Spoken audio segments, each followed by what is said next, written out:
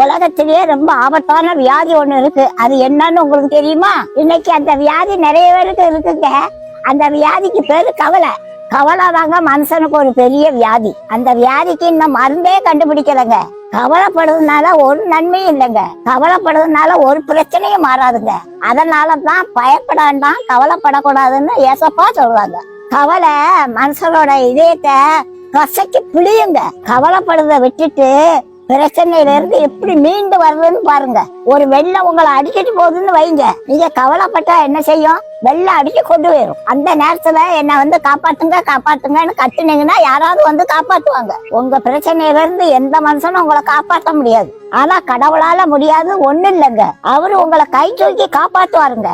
இயேசுவுக்கு மீட்பர்னு ஒரு பேர் இருக்கு, தெரியுமா உங்களுக்கு? மீட்பர்னா என்ன அர்த்தம் தெரியுமா? ஆபத்துல இருந்து காப்பாத்துறவர்னு அர்த்தம்.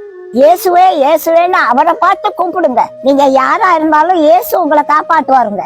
ஒரு சின்ன குழந்தை குளத்துல விழுந்துட்டுன்னு வைங்க, அந்த வழியா வர மனுஷன் யாரா இருந்தாலும் காப்பாத்துவாரா இல்லையா? இது யார் குழந்தை, என்ன சாதி குழந்தை அப்படின்னு கேட்டுட்டா பார்த்துட்டா காப்பாத்துவாரு? மனுஷனே அப்படி இருக்கும்போது கடவுள் உங்களை கைவிட்டுருவாராங்க? பாட்டி சொல்றத கவனமா கேளுங்க. கவலைப்படுறத இன்னையோட விட்டுருங்க.